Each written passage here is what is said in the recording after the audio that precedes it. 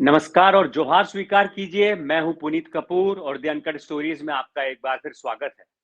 आज के हमारे इंटरव्यू में मेहमान है हमारी भील समाज से आने वाली भगवती भील जी, जो कांग्रेस पार्टी का बेहद लोकप्रिय चेहरा है भील प्रदेश इलाके में और साथ ही साथ सोशल मीडिया में भी वो खासी लोकप्रिय है।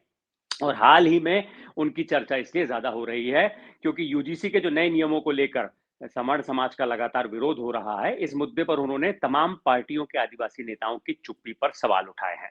सबसे पहले भगवती भील जी, आपका बहुत बहुत स्वागत है अनकट स्टोरीज में। जी धन्यवाद। जोहार। जोहार जोहार भगवती जी। भगवती जी, क्योंकि आप हमारे साथ अभी इंटरव्यू में मौजूद हैं, इसलिए ज्यादा बेहतर ये होगा कि मैं आपकी टिप्पणी पढ़ के सुनाऊं। इससे अच्छा आप बताइए, क्या बयान आपने दिया है यूजीसी को जो नए नियम आए हैं उसको लेकर आदिवासी नेताओं की चुप्पी पर। एक्चुअली मैं ये देखती हूँ कि जब समाज में राजनीति करनी हो तो एसटी एससी ओबीसी के जो लोग हैं जो रिजर्व सीटों पे चुनाव लड़ते हैं, लेकिन वो रिजर्व सीटों पे चुनाव लड़े वो ये भूल जाते हैं कि हमें क्या कानून मिले हुए हैं या हमें क्या अधिकार।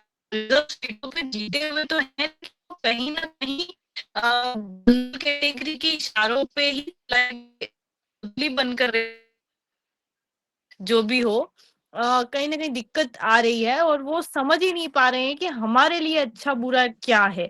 हम कहने को उस कैटेगरी में हैं और हमें बहुत सारे फायदे दिए जाते आ रहे हैं, आगे भी दिए जाते हैं, लेकिन हम एक्चुअल जो नए कानून आते हैं, जैसे यूजीसी का नया कानून आया, हम सोचना ही नहीं चाह रहे हैं कि हमारे लिए क्या अच्छा है क्या बुरा है।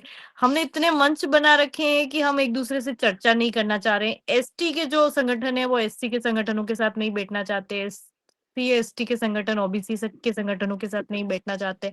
इस सब का हमें क्या बेनिफिट हो सकता था और किस तरीके से जनरल कैटेगरी ने विरोध करके उसको बैन स्टे लगवा दिया है, और हम उसके लिए क्या कर रहे हैं इस बारे में हमारे एसटी एससी ओबीसी के जो नेता है वो एक मंच पे नहीं आ रहे हैं। तो हम केवल रिजर्व कैटेगरी के जीते हुए लेकिन कठपुतली नेता बनकर रह गए हैं। इसलिए मैंने वो पोस्ट करी और सभी, चाहे वो किसी भी पार्टी के नेता हो, उन्हें ताना मारा था। बिल्कुल, आपने बिना नाम लिए भारत आदिवासी पार्टी पे सबसे पहले निशाना साधा था कि समाज समाज करते हैं, लेकिन उसके नाम पर राजनीति ज़रूर करते हैं। लेकिन जब ऐसे मौके आते हैं, तो उनके 5 लोग भी सड़क पर नहीं उतरते हैं। आपने गोंडवाना गणतंत्र पार्टी का नाम लिया, आपने झारखंड मुक्ति मोर्चा का नाम लिया, आपने कांग्रेस, बीजेपी के तमाम आदिवासी नेताओं का भी नाम लिया कि जो लगातार इस मुद्दे पर चुप्पी साधे हुए हैं, लेकिन जब राजनीति की बात आती है, तो वो राजनीति के मौके पर तमाम जो है नेता मौजूद रहते हैं। तो भारत आदिवासी पार्टी का नाम क्यों नहीं लिया आपने उसमें? नाम शायद लिया है मैं। नाम लेने की जरूरत नहीं थी। नहीं लिया है ना, बाप ऐसा बोला है, भारत आदिवासी पार्टी का शॉर्ट नेम बाप है, तो मैंने नाम लिया है, मेरी फर्स्ट लाइन में ही उनका नाम है। जी, तो क्या लगता है भगवती जी कि क्यों चुप रहते हैं आदिवासी नेताओं के, जो आदिवासियों के नाम पर राजनीति करते हैं, जो पार्टियाँ उनके नाम पर बनी हैं, उनके नेता क्यों चुप रहते हैं? क्या लगता है आपको इस मुद्दे पर क्यों चुप हैं वो? एक्चुअली ऐसा नहीं है कि केवल बाप के नेता चुप हैं। आ, हम बीजेपी और कांग्रेस में भी जो बड़े लेवल पे आदिवासी नेता हैं, मैंने जो पहले अपने वक्तव्य में कहा कि कहीं ना कहीं हम लोग पार्टी के निर्देशों का इंतजार करते हैं कि आपको इस जगह पे विरोध करना है या फिर इस जगह पे आपको समर्थन देना है। आप दूसरी चीजों की बात छोड़ के अगर हम सिर्फ मनरेगा की बात करें, तो आपको बहुत अच्छे से पता है कि पूरे देश के ग्रामीण बेल्टों में आदिवासी वर्ग या एससी कैटेगरी जो है वो पूरा पूरा मतलब रोजगार गारंटी पे निर्भर था।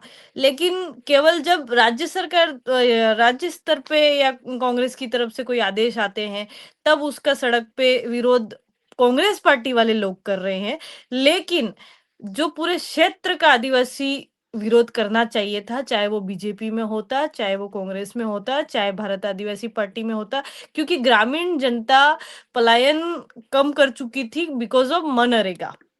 लेकिन आज उसको कम किया जा रहा है और गांव के लोग उसके विरोध में आ ही नहीं पा रहे, क्योंकि वो सब डिवाइड है अलग अलग पार्टियों में। अगर वास्तविक समाज हित हम चाहते, तो ऐसे मुद्दों पे हम एक साथ बैठते, हम भूल जाते कि हम किस पार्टी में हैं, तब कहीं सामाजिक एकता स्थापित होती है। और मैं समाज में ऐसी एकता चाहती थी कि जब कुछ अच्छा हो तो सभी लोग मिलके सेलिब्रेट करें, और जब हमारे साथ कुछ बुरा हो तो हम सब मिल के उसका विरोध करें।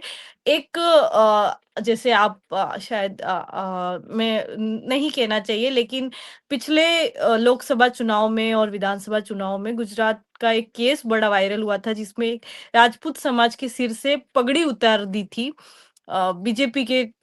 वो बीजेपी और राजपूत का कुछ मैटर हुआ था, उसमें पूरे देश के राजपूत समाज द्वारा बहिष्कार किया गया था कि हमारे सम्मान की बात है, और उन्होंने बीजेपी को बायकॉट किया था।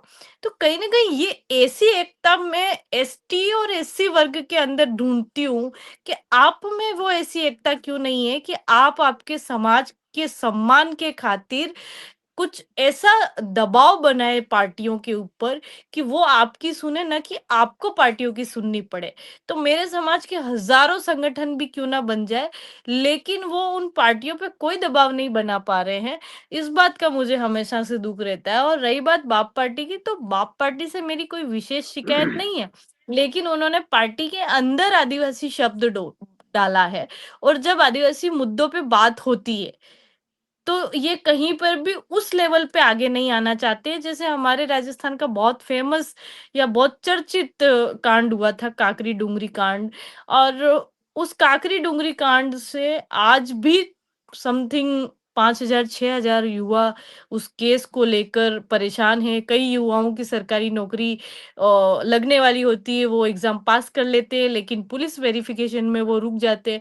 लेकिन भारत आदिवासी पार्टी के द्वारा आज तक केसों को खत्म करने जैसा कोई काम नहीं हुआ। लेकिन अगर उन्हें अ, दादरा नगर हवेली जाके चुनाव लड़ना हो, या आंध्र प्रदेश असम जाके चुनाव लड़ना हो, तो वो फंडिंग के लिए वहां जाके चुनाव लड़ लेंगे। वो नहीं सोचते कि हमें सामाजिक रूप से एकजुट होना है या ऐसा कुछ।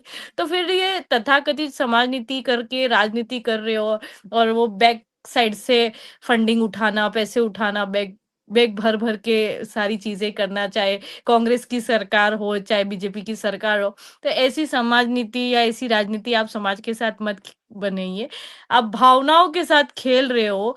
और पिछले 2 साल से मैं देख रही हूँ, विधानसभा चुनाव से लेकर अभी तक ऐसा कोई इंसिडेंट राजस्थान में या पूरे भिल प्रदेश के एरिया में नहीं हुआ कि हाँ, भारत आदिवासी पार्टी द्वारा कोई बहुत बड़ा विरोध प्रदर्शन किया गया, रोड जाम हुए, या ऐसा कुछ भी नहीं। साइलेंटली राजनीति हो रही है। कोई रोड पे विकास का कार्य नहीं हो रहा है। आदिवासी लोग मर रहे हैं, या कुछ हो रहा है, या विस्थापित हो रहे हैं, या पलायन बढ़ रहा है। किसी भी चीज से कोई लेना देना नहीं है। ये सबको दिख रहा है।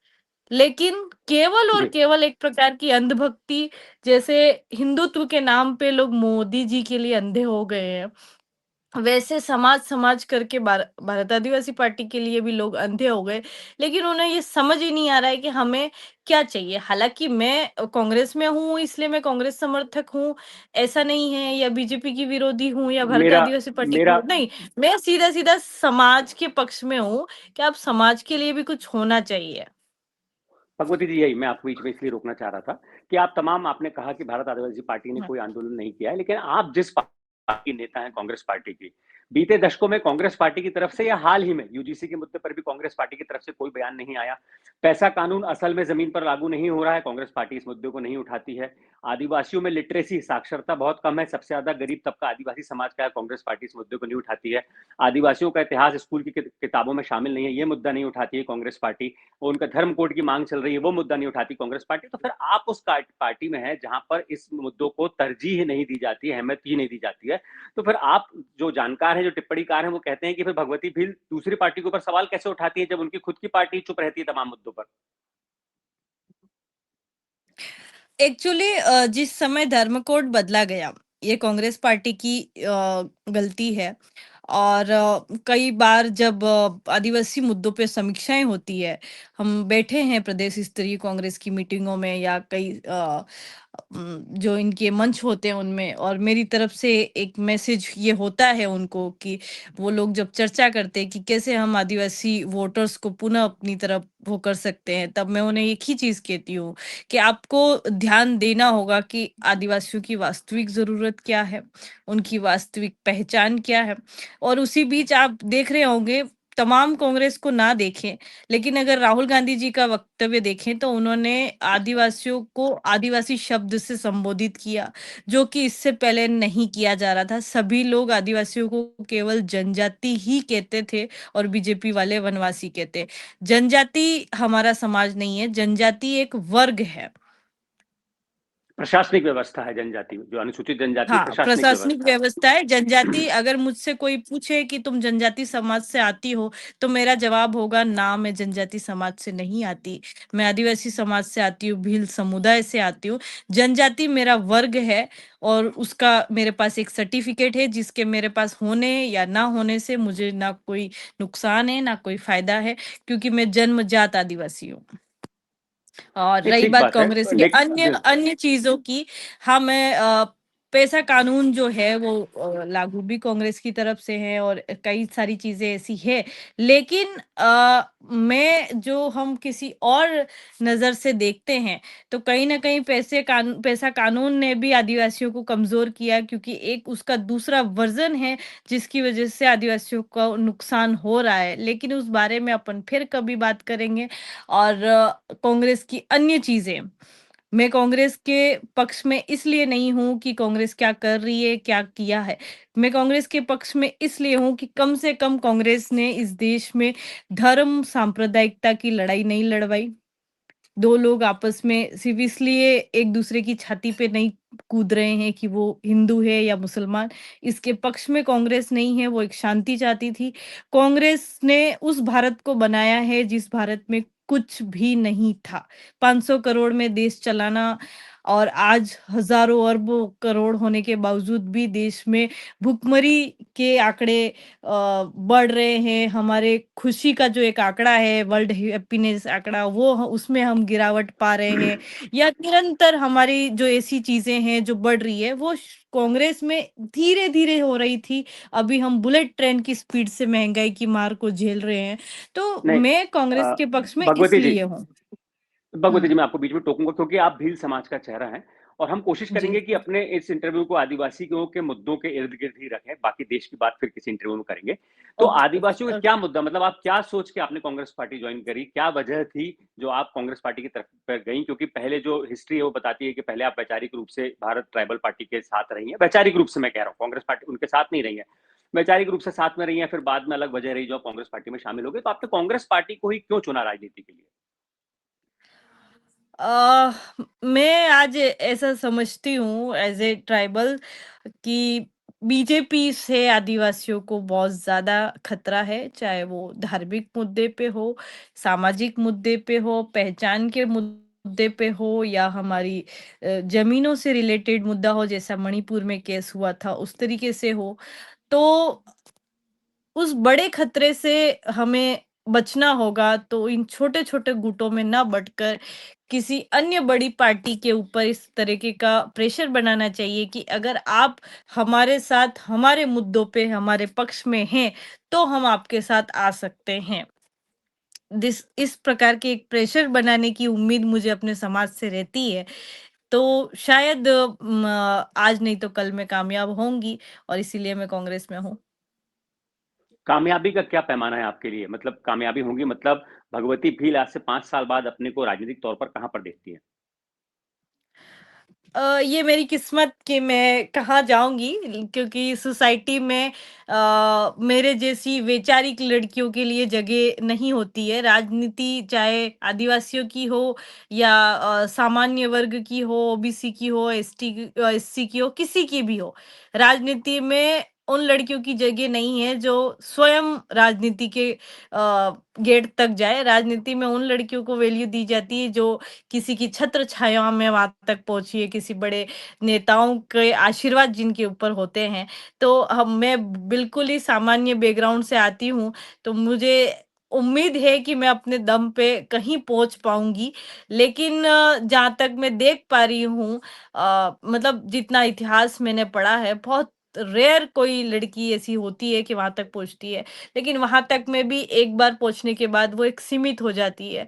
तो वो स्थिति जो सामाजिक दृष्टिकोण को मैं देख पा रही हूँ, लोगों ने या भारत आदिवासी पार्टी के कई लोगों ने या अन्य भी, उन्होंने एक छवि बना दी है मेरे प्रति कि मैं जो हूँ, मैं समाज की विरोधी हूँ। तो इस छवि को मुझे पर्दा डालने में या अपने मैं किस तरीके से समाज के लिए सोचती थी या मैं समाज के लिए किस तरीके से बेहतर हो सकती थी, वो वापस लोगों को शो करने में मुझे काफ़ी टाइम लग जाएगा। तो हो सकता है 5 साल ना लगे और मैं किसी मुकाम पे कभी पहुँचूँ और समाज के लिए कुछ अच्छा कर पाऊँ। भगवती जी, आपने अपनी पोस्ट में भी कहा है कि कांग्रेस और बीजेपी के जो तमाम आदिवासी नेता हैं, वो आदिवासियों के मुद्दे पर पार्टी की लाइन पर चलते हैं। अगर हाईकमान का आदेश होता है तो बोलते हैं, अदरवाइज साइलेंट रहते हैं। उनको समाज के मुद्दों से कोई ज्यादा मतलब होता नहीं। और आप खुद खुद क्योंकि एक राष्ट्रीय पार्टी में, कांग्रेस पार्टी में, अगर आगे जाकर ऐसा कुछ होता है कि आप पार्टी लाइन की वजह से आदिवासियों के मुद्दे नहीं उठा पाती हैं, तो अभी या फिर कभी आपके मन में ख्याल आया कि आप एक अपनी अलग आदिवासी पार्टी बनाएं जो आदिवासियों के मुद्दों को लेकर सड़क पर संघर्ष करे और आगे जाके विधानसभा और संसद में संघर्ष करे? जी नहीं, मैं एक्चुअली सबसे बड़ी इसी चीज़ की विरोधी हूँ आदिवासियों के साथ कि हम क्यों ऐसा सोचते हैं कि हमें अपनी पार्टी बना लेनी चाहिए। या कभी हम नहीं सोचते कि जैसे हमारे देश में इकोनॉमिकली मजबूत एक समाज है जिसे बनिया समाज कहते हैं। बनिया समाज की कोई अपनी पार्टी नहीं है, ब्राह्मण समाज की कोई अपनी पार्टी नहीं है, लेकिन वो देश चला रहे हैं, देश चल रहा है। और वो इतने मजबूत है, इतने संगठित है कि वो चाहे संख्या में 10% ही क्यों ना हो या 2% क्यों ना हो, और जो जैन है वो तो 0.36% ही इस देश में है, लेकिन वो इतने मजबूत हैं आर्थिक रूप से, क्या बोलते हैं उसको, सामाजिक रूप से संगठित है कि वो अगर सरकार से कोई बात मनवाना चाहे या समाज के लिए एकजुट होकर कोई बात को वापस बंद करना चाहे तो वो करवा सकते। मैं ऐसी एकता आदिवासियों के बीच चाहती थी, और ये एकता इसलिए नहीं होती कि आप पार्टियां बना लो। पार्टियाँ बनाने से तो यही होगा ना कि आधा समाज हमारा इस पार्टी में है, आधा समाज हमारा उस पार्टी में। लेकिन अगर एक गाँव में 4000 वोटर्स है और चारों हज़ार वोटर्स ये डिसाइड कर ले कि हमारे साथ बीजेपी ने इतना बुरा किया था, तो हमें 4 के 4000 वोट बायकॉट करने हैं, इन्हें नहीं देने, या फिर हम 4000 वोट, 4 लोग जो खड़े हैं सरपंच में, हम चारों को वोट नहीं देना चाहते, हम इस चुनाव का ही बहिष्कार करना चाहते हैं, या फिर हम इस तरीके की चीज़ चाहते, हम मैं वो मजबूती हमारे समाज में चाहती थी।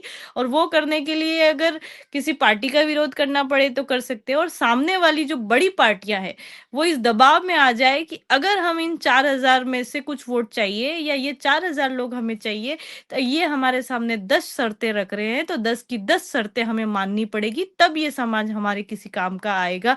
उस वो जो दबाव बनता है, वो 10 शर्तें मानने का, उस तरीके का दबाव हम कभी भी 100 पार्टियां 100 संगठन बनाने से नहीं करा पाएंगे। और यही स्थिति है, इस वजह से इस देश में आदिवासी रियल ऑनर ऑफ इंडिया होने के बावजूद भी पीछे रह गया है, क्योंकि उसे कोई भी खरीद लेता है। 4000 वोट 400 लोगों के पास चले जाते हैं, 400 लोगों के इशारों पे चले जाते हैं। कोई धर्म की बात करता है, कोई जात की बात करता है, कोई पैसे दे के वोट ले लेता है। इवन विमल तानसेन, दारू, सिगरेट, इनमें हमारे वोट बिक जाते हैं, जबकि अन्य समाज के वोट इन चीज़ों में नहीं बिकते। वो मुद्दों पे कायम रहते हैं। क्यों? क्योंकि उनके खुद के समाज की कोई पार्टी नहीं है। वो डिपेंड है कि हम हमारा समाज दबाव बनाएगा और कांग्रेस हमारे लिए ये काम करेगी, या हमारा समाज दबाव बनाएगा और बीजेपी हमारे लिए ये काम करेगी। उस तरीके का समाज हमारा समाज नहीं बन पा रहा है, और मैं कोशिश करूँगी मेरे स्तर पे कि एक दिन हमारा समाज ऐसा बने। इस बात पर भगवती जी जो जानकार है, राजनीतिक विश्लेषक हैं, वो ये बात कहते हैं कि बाकी जगह भले ही विधानसभा में, पूरे देश में, लोकसभा में किसी के लिए अगर सीटों का आरक्षण है तो वो अनुसूचित जाति और अनुसूचित जनजाति के लिए है। और आंकड़ों के लिहाज हुँ। से अगर हम देखें तो पूरे देश में 47 सीटें लोकसभा की आदिवासियों के लिए आरक्षित है। और अगर पूरे देश में विधानसभा की सीटें देखें तो करीब 550 सीटें हैं जो आदिवासियों के लिए आरक्षित हैं। तो जानकार कहते हम्म। हैं कि अगर कोई एक आदिवासी पार्टी पूरे देश में बन जाए और उसको तमाम आदिवासी समर्थन दे दे तो एक बड़ी राजनीतिक ताकत बन जाएगी, जिससे जो उनके बुनियादी मुद्दे हैं उन पर बात करना ज्यादा प्रभावकारी होगा अगर इस तरह की कोई पार्टी बन जाती है। बीच में आपने सुना भी होगा जैसे पूर्वोत्तर में कोनराड संगमा ने इस तरह की पहल की है, तमाम आदिवासी पार्टियों का आपस में विलय करके एक पार्टी बना रहे हैं ताकि एक मजबूत राजनीतिक आवाज बन सके।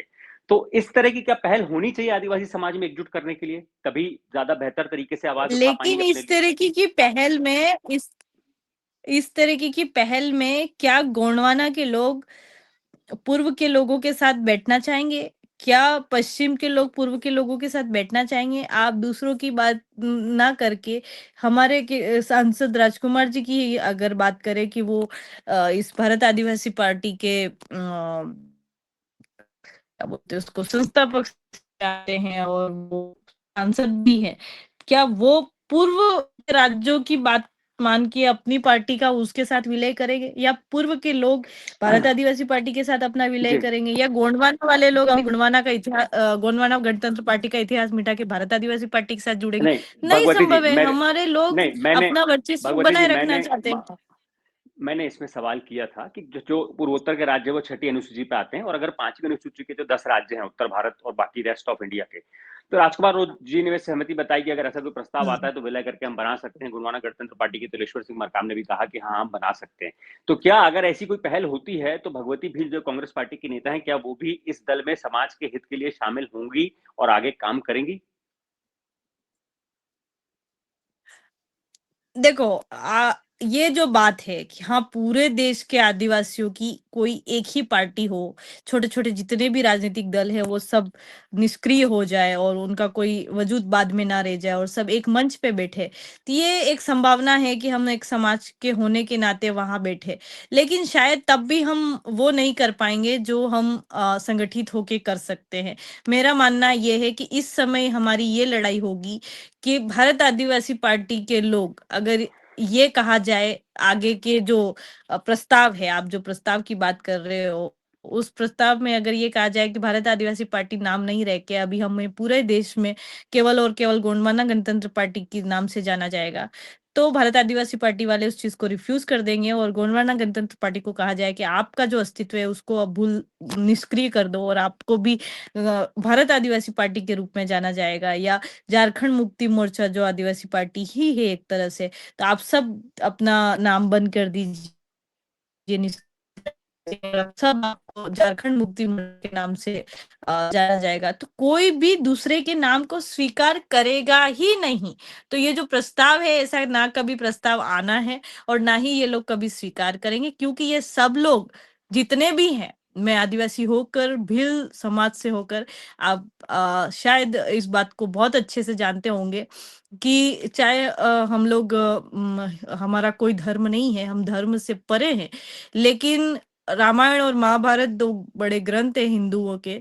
उन दो बड़े ग्रंथों में केवल और केवल दो नाम आते हैं, एक सबरी भील और एक एकलव्य भील, और किसी और आदिवासी समाज का नाम भी इन ग्रंथों में नहीं आता, और ना ही किसी और धर्म के किसी ग्रंथ में किसी भी प्रकार के आदिवासी कम्युनिटी का नाम है, तो केवल और केवल भीलों का है। तो मैं दुनिया के सबसे पुराने कौम से आती हूँ, तो मैं ऐसा मानती हूँ कि हम लोगों को जो चाहिए या जिस तरीके की एकता हम चाहते थे वो हम नहीं कर पा रहे हैं। हम सामाजिक रूप से भीड़ इकट्ठा कर रहे हैं, लेकिन वो मुद्दे जो हमारे समाज को चाहिए थे वो अभी तक हम खड़े नहीं कर पा रहे हैं, तो कहीं ना कहीं हमारी नाकामयाबी है। मैं आप जो कह रहे हो कि हमारे इतने विधायक हैं, मणिपुर का जो इंसिडेंट हुआ था आप बहुत अच्छे से जानते हो कि मणिपुर में 2 साल दंगे चले, पूरे दुनिया में मणिपुर के लिए आवाज उठाई गई, लेकिन कोई ऐसा मंच नहीं बना। दिल्ली में हर दूसरे दिन कभी तमिलनाडु का कोई आदिवासी समुदाय आके विरोध कर रहा था, कभी राजस्थान का कोई संगठन आके विरोध कर रहा था, कभी महाराष्ट्र का कोई संगठन आके विरोध कर रहा था, लेकिन पूरे देश के आदिवासी कभी दिल्ली नहीं गए ये कहने के लिए कि मणिपुर में हिंसा बंद होनी चाहिए या वहां शांति स्थापित होनी चाहिए। तो कहीं ना कहीं हम बहुत ही पीछे हैं एकता के मामले में। भगवती जी, आपने अभी जिक्र किया हिंदू धर्म ग्रंथों का, ये भी एक बड़ा नैरेटिव है जो एक बड़ा आदिवासी तबका है वो ये मानता है कि आदिवासी हिंदू नहीं है, वो धर्म पूर्वी है, वो आदि धर्म को या जो भी उनका नाम है उसको मानते हैं। तो आप क्या मानती हैं कि आपके नज़रिए में आदिवासी क्या धर्म पूर्वी हैं या फिर किसी धर्म को मानने वाले हैं? एक्चुअली आदिवासियों का वाक़ई में कोई धर्म नहीं है, आदिवासी धर्म पूर्वी है। इस दुनिया में उनका अस्तित्व तब से है जब कोई धर्म नहीं थे, कोई धर्म ग्रंथ नहीं थे, कोई भाषाएँ नहीं थी, कोई लिपि नहीं थी, कोई किसी भी तरह की कोई सभ्यता नहीं थी, उस समय से आदिवासी है। यानी सिंधु सभ्यता नहीं होगी, उसके भी लाखों साल पहले से आदिवासी है। तो उन आदिवासियों का कोई धर्म कैसे हो सकता है? वो तो ग्रंथ बाद में लिखे गए और जब लिपि नहीं थी उस समय भी लोग थे और हम वो लोगों में से आते हैं। लेकिन बाद फिर में आप ये हुआ कि हमारे आसपास जो लोग थे उन्होंने जो धर्म अपनाया या जो भी धर्म बाहर से भी आए या स्थानीय भी जो लोग थे तो बाहर की संस्कृति हमारे आसपास के लोगों में बहुत ज़्यादा संक्रमण हुआ और उस संक्रमण की वजह से जिस क्षेत्र में आसपास हिंदू थे, हमारे लोग उनकी तरह हो गए, जिस क्षेत्र में ईसाई थे, उनकी तरह हो गए। कई जगह हमारे लोगों ने इस्लाम धर्म को भी अपना रखा है। तो ये तो नहीं है कि हमारा हमारा क्या धर्म है, पर दूसरे सभी धर्मों में हमारे अस्तित्व मिलते हैं क्योंकि कहीं न कहीं वो हमसे सीखे होंगे, हम उनसे नहीं सीखे, लेकिन आज हमारा ये लेकिन है कि हमारे लोग सभी धर्मों में मिलते हैं। लेकिन अभी तो आप वैलिडेशन के तौर पर अभी हिंदू धर्म ग्रंथों का ज़िक्र दे रही थी कि उसमें एकलव्य का नाम आता है, नहीं, शबरी वो का नाम उसके आता लिए है। ये ज़िक्र जब कर रही हूँ। देखो धर्म ग्रंथों की मैं किसी धर्म की विरोधी नहीं हूँ और ऐसा भी नहीं है कि मैं धार्मिक नहीं हूँ, मैं आस्तिक व्यक्ति हूँ, धार्मिक हूँ, केवल वहाँ तक कि मैं पाखंड को नहीं मानती। धर्म को आप किसकी मानने में प्रकृति की और पूजा करती पाखंड हैं, को किसकी पूजा करती हैं? हाँ, मैं करती हूँ और हमारे पूर्वज होते हैं, हमारे पारिवारिक पूर्वज, उनकी मैं पूजा करती हूँ। जी, एक आखिरी सवाल भगवती जी आपसे कि क्या भगवती भील अपनी महत्वाकांक्षा जो व्यक्तिगत महत्वाकांक्षा है, चाहे वो विधायक बनने की हो या सांसद बनने की हो, उसको पीछे रखकर इस बटे हुए समाज को एकजुट करने का बीड़ा उठाएँगी? क्या वो आगे आएँगी इसके लिए? मैंने अपने निजी जो महत्वाकांक्षाएँ हैं, उन्हें तो कब से पीछे रखा हुआ है और रही बात फ्यूचर में कभी आने का या समाज के लिए आगे आने का, तो मैंने कहा ना कि राजनीति में जाना या वो अपने किस्मत में कोई पद होना, विधायक, सांसद, ये वो किस्मत की ही बात है। अभी तक मैं समाज के लिए ही काम कर रही हूँ, आगे भी मैं समाज के लिए काम करूँगी।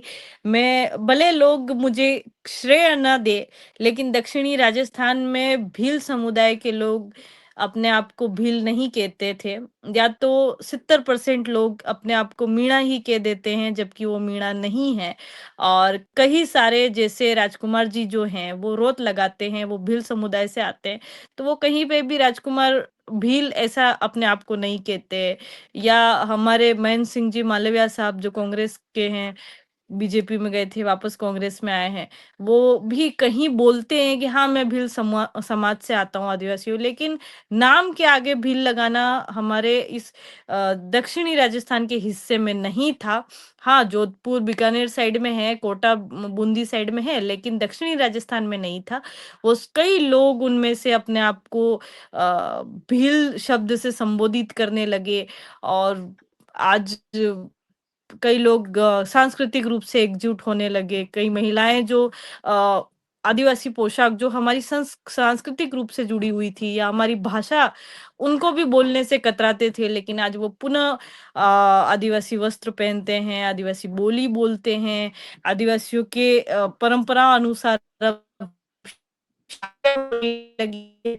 उनमें गुना अहम योगदान है, लेकिन लोग नज़रअंदाज करते हैं और मेरा आगे भी ये रहेगा कि मैं अपने समाज को सांस्कृतिक रूप से जोड़ पाऊँ और मैं उन्हें ये समझा पाऊँ कि हमें सामाजिक रूप से एकजुट होना है, पार्टी हमारी चाहे जो भी हो और हमें इतना मजबूत होना है कि हमारे मुद्दों के आगे हम पार्टी से समझौता ना करें। तो सामाजिक रूप से एकजुट करने की कोई पहल करेंगी आप पार्टी से परे जाकर? चाहे वो भारत आदिवासी पार्टी के लोग हों या तमाम दूसरी पार्टी के भारतीय जनता पार्टी को फ़ॉलो करने वाले लोग हों जो भील जाति के हों? हाँ, जैसे बिल प्रदेश के मुद्दे पे कांग्रेस के कई बड़े नेता इसके बारे में नहीं बोलते और वो ना बोलते हैं, लेकिन मैं भील होने के नाते भील प्रदेश की जो माँग है, भील प्रदेश की जो भावना है, उसके पक्ष में हूँ। कई लोग बोलते हैं नहीं बन सकता या ऐसा कुछ, तो मैं यूँ कहती वो बने या ना बने, लेकिन भीलों को जोड़ने के लिए भील प्रदेश एक ऐसी भावना है जो पूरे चारों राज्यों के भील जो अलग-अलग जगह पे कटे हुए हैं, सांस्कृतिक रूप से एक होने के बावजूद, भाषाई रूप से एक होने के बावजूद भी अलग-अलग राज्यों में बटे हुए हैं। तो उन्हें जोड़ने का जो काम है वो भिल प्रदेश करेगा। तो उसके पक्ष में हूँ मैं। कई लोग बोलते हैं आपकी पार्टी के नेता नहीं हैं। तो मैं पार्टी की नेता बाद में हूँ, भिल समाज की पहले हूँ। तो मुझे ज़्यादा समझ में आता है कि मेरे समाज के लिए क्या सही है, क्या गलत है। तो जब भिल भगवत प्रदेश की बात भारत आदिवासी पार्टी वाले करें या आम लोग करें या जाम्बू खंड की भी बात करें, तो मैं उनके पक्ष में हूँ। मेरे पक्ष में समाज के लिए होना और उस पार्टी से ताल्लुक रखना दोनों में अलग बात है। मेरा भारत आदिवासी पार्टी से कोई ताल्लुक नहीं है, लेकिन मैं भिल प्रदेश से ताल्लुक रखती हूँ। कल आने वाले कल पे अगर भगवती भील विधायक या सांसद बन जाती हैं, तब भी क्या इतनी मुखरता से ही आदिवासियों के मुद्दे उठाएंगी या फिर तब दूसरे आदिवासी विधायकों और सांसदों की तरह पार्टी लाइन पे चलने लगेंगी? मैं अपने मुद्दों पे इसी तरीके से कायम रहूँगी। किसी भी तरीके से मेरे मुझे दूसरों के विचारों से ज़्यादा सहमति रखना मेरे नेचर में नहीं है। मुझे लगेगा कि मेरे समाज के लिए सही है, तो सही ही है। मैं वहाँ से झुकने वाली नहीं हूँ। लेकिन चाहे कई टिकट जगह कट पे जाए। एक्चुअली आज मैं एक ऐसी इंसान हूँ जहाँ आप शायद जानते होंगे इस क्षेत्र में बहुत पहले से एक्टिव हूँ। मेरे बाद एक्टिव हुई कई महिलाएँ प्रधान बन चुकी है, सब कुछ है, लेकिन मैं नहीं पहुँच पाई। क्यों? क्योंकि मैं अपने मुद्दों से समझौता नहीं करती। अगर सामने वाला समाज के साथ गलत कर रहा है, तो मैं गलत है ऐसा कहती हूँ और उसका ही खामियाज़ा ऐसा होता है कि कई बार अ, ऐसी जगह कोई कार्यक्रम है, मैं राजनीतिक पार्टी की बात नहीं कर रही हूँ, एक नॉर्मल कार्यक्रम है। तो आने वाले 10 अतिथि ये सोचते हैं कि अगर भगवती को बुलाएँगे तो भगवती खड़ी होके बोलेगी, सब लोग उसी की बात को ध्यान से सुनेंगे, हमारी कोई सुनेगा नहीं, तो इससे बेहतर होगा कि हम उसे बुलाएँ ही ना। इस तरीके की योजनाएँ में भी मेरे साथ होती है, सामाजिक रूप से स्पेशली मैं राजनीतिक बात नहीं कर रही, मेरे साथ ये सामाजिक तौर पे ज़्यादा होता है। तो मुझे कट ऑफ करने की बहुत ज़्यादा कोशिशें होती है, तो देखते हैं आगे क्या होता है। अगर एक बहुत दूर का सवाल कर रहा हूँ आखिरी, वैसे आखिरी सवाल तो मैं बहुत पहले बोल चुका था, लेकिन ये वाकई में आखिरी हाँ। सवाल है। अगर अभी 2028 में राजस्थान में विधानसभा चुनाव होने हैं, 2029 में लोकसभा चुनाव होते हैं, अगर पार्टी आपको टिकट नहीं देती है और समाज ये बोलता है कि आपको आगे आना चाहिए, तो फिर भगवती भील क्या करेंगी? अ, देखो मैं राजनीतिक तौर पे कहूँगी कि ये उस समय का डिसीजन होगा कि चाहिए क्या नहीं करना चाहिए या मेरे क्षेत्र की जनता कितनी मेरे साथ है, कितनी नहीं है। वो समय के अनुकूल होगा। बाकी मैं मुझे कांग्रेस पार्टी जॉइन किए भी मुश्किल से 3 साल हुए हैं। इन 3 साल में 2 साल और तो मुझे नहीं लगता है कि मुझे इतनी जल्दी पार्टी से बगावत करने का कोई फैसला लेना चाहिए। और मुझे उम्मीद है कांग्रेस पार्टी से कि वो अ, आदिवासियों के इस तरीके के चेहरे को इतना भी नज़रअंदाज नहीं करेगा। और अगर नजरअंदाज किया तो भगवती भील क्या फैसला लेंगी? मेरा लक्ष्य राजनेता बनने से ज़्यादा एक ऐसी महिला बनना है जिसकी वजह से अन्य लोगों के घर के चूल्हे जले, उनके घर का राशन आए। मैं रोज़गार देने वाली बनना चाहती हूँ। मैंने मेरा अपना छोटा स्टार्टअप है, जिसमें 10 लोगों के घर के चूल्हे तो आज मेरी वज़ह से जलते हैं।